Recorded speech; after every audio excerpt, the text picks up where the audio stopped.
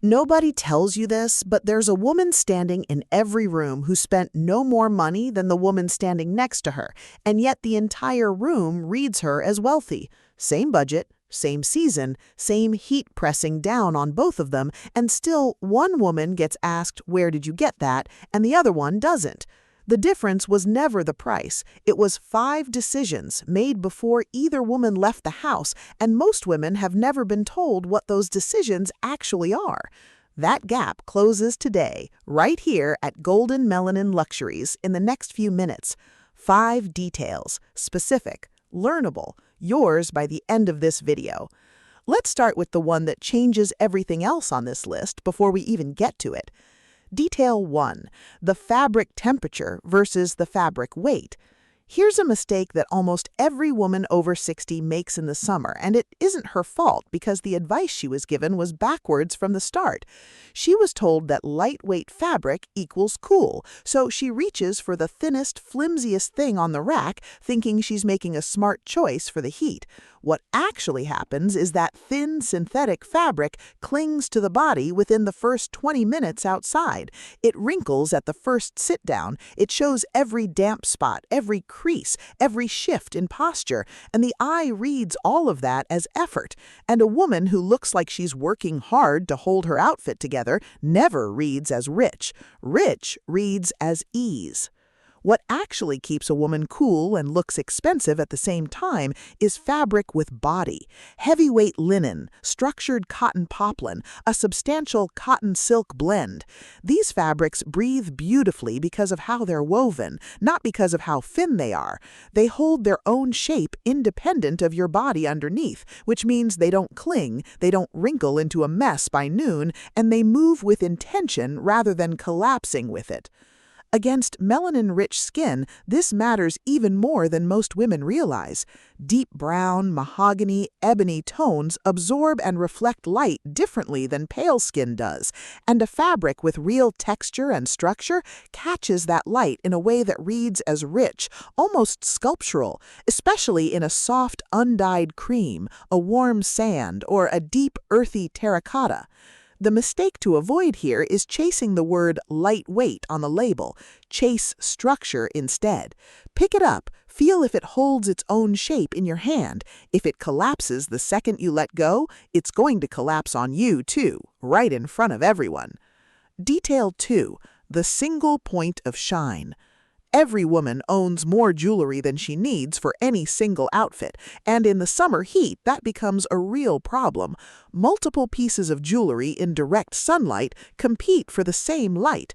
Necklace, earrings, 2 bracelets, a ring on every finger. Each piece is trying to catch the eye at the same moment, and the result isn't glamour, it's noise.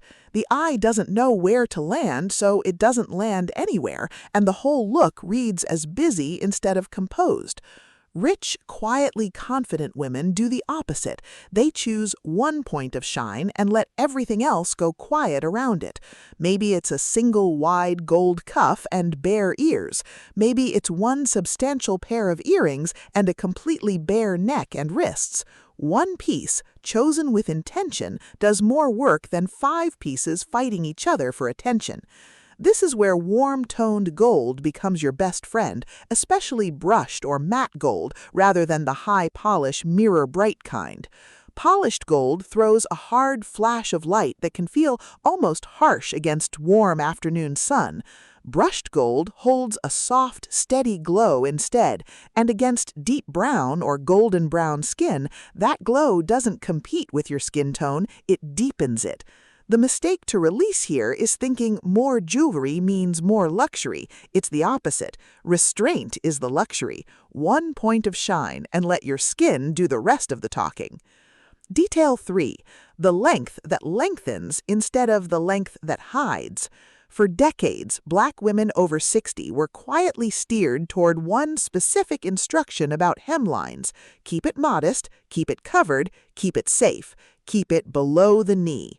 And on the surface, that sounds like respectful advice, but look at what it actually does to the silhouette.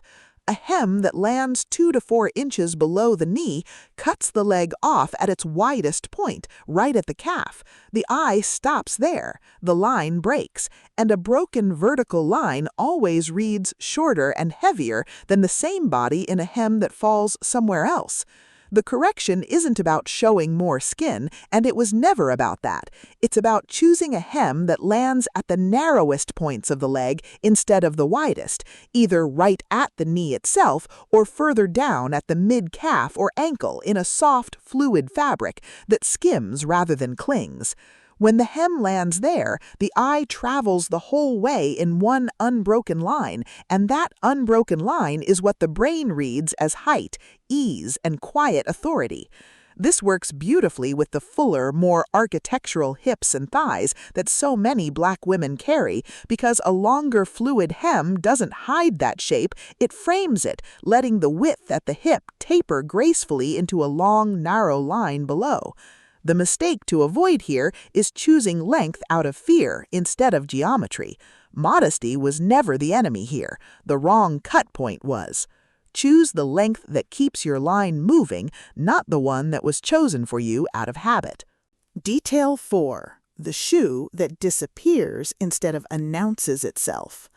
Look down at your own feet for a second and really see what color is there against your leg. If there's a hard contrast, a dark shoe against a lighter skirt or a lighter leg, you're looking at a visual break that's quietly shortening your entire silhouette every time you wear it. The eye is always searching for the longest continuous line in what it sees, and a dark shoe against a bare or light-colored leg creates a stopping point right at the ankle. That stopping point compresses the whole look, no matter how beautiful the outfit above it is. The fix costs nothing extra and changes everything. A shoe in a shade that closely matches your own skin tone. Not beige, not nude as it's sold in most stores, which was designed with a very different skin tone in mind for far too long. Your true nude, a rich cognac or deep caramel for deeper brown and ebony tones. A warm toffee or coppery tan for mahogany and golden brown tones. A honey or warm sand for medium brown tones. When the shoe matches the skin, it stops reading as a separate object entirely. It becomes part of the leg. The line runs clean from hip to floor with nothing to interrupt it, and that uninterrupted line is doing quiet, constant work for you every single time you stand up. Keep the shape simple, too. A clean slide, a low mule, a simple sandal without a lot of straps crossing the foot, because every strap creates another small horizontal break in that long vertical line you just worked to create. The mistake here isn't spending too little on shoes, it's choosing color by what feels safe instead of what actually matches your own skin. Detail 5. The face that gets a frame. This is the detail almost nobody names, and it's the one that decides whether a photograph of you looks effortless or looks like something almost got there and didn't quite arrive. It has nothing to do with your outfit, your shoes, or your jewelry from detail 2. It's about what happens at your neckline and around your face. Most women over 60 default to a higher, closed neckline in the summer heat out of old habit, believing it looks more put together or more appropriate. But a closed high neckline does something specific at the level of pure visual perception. It compresses the upper body and closes off the face from the room. The eye has nowhere open to travel toward, so it settles for less than the whole picture. An open neckline, a wide scoop, a soft boat neck, anything that sits at or just below the collarbone does the opposite. It opens a frame around the face, the same way a mat opens a frame around a portrait. Against deep brown, mahogany, or ebony skin, that clean fabric edge creates real visual contrast, and the eye goes straight to the face before it takes in anything else. Pair that open neckline with hair pulled slightly back off the face or styled so the face itself has room to be seen, and you've built a frame with nothing inside it fighting for attention. The face becomes the entire composition, exactly the way it was always meant to be. The mistake to release is believing coverage equals sophistication. An open, clean neckline reads as more composed, not less, because it says you have nothing to hide and nothing to apologize for. Now, put all 5 of these together in your mind for a moment. The structured linen holding its shape in the heat instead of wilting by noon, 1 point of gentle gold shine instead of 5 competing pieces, a hem that lengthens your line instead of cutting it short, a shoe that disappears into your own skin instead of breaking it, a neckline that opens a frame around a face that was always worth framing.